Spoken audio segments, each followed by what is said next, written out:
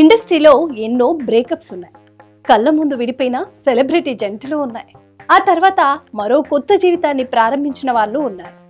ఈ లిస్ట్లో మహేష్, నమ్రత కూడా ఉన్నారు. అవును, కాస్త ఆశ్చర్యంగా అనిపించినప్పటికీ ఇది నిజం. మహేష్, నమ్రత కూడా విడిపోయారు.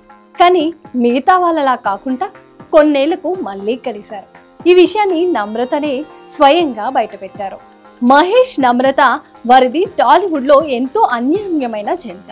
ఈ స్టార్ కపుల్ పెళ్లి దాదాపు 20 ఏళ్ళు అవ్వగా ఇద్దరి పిల్లలతో ఎంతో సంతోషంగా ఉంటుంది.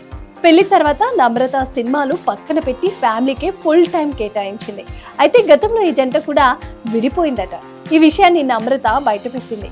కెరీర్ పరంగా మహేష్ ఇబ్బందులో ఉన్నప్పుడు నమ్రత తల్లిదండ్రులు చనిపోయారు. ఈ సమయంలోనే వారి మధ్య కొన్ని అభిప్రాయ భేదాలు వచ్చాయి. దీంతో కొడుకు గౌతమ్ని తీసుకుని నమ్రత ముంబైకి వెళ్ళిపోయింది.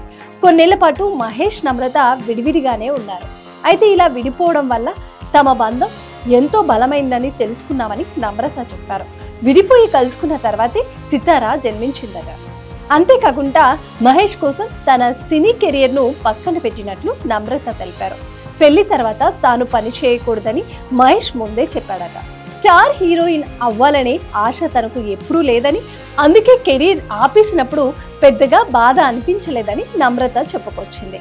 తమ మధ్య కూడా విభేదాలు వచ్చినప్పటికీ ప్రతిదీ పరిష్కరించుకుంటూ ఓ మంచి కుటుంబాన్ని ఏర్పాటు చేసుకున్నామని నమ్రత స్పష్టం చేసింది. ప్రస్తుతం మహేష్ కు చెందిన పలు వ్యాపారాలను కూడా ఈమె చూసుకుంటుంది.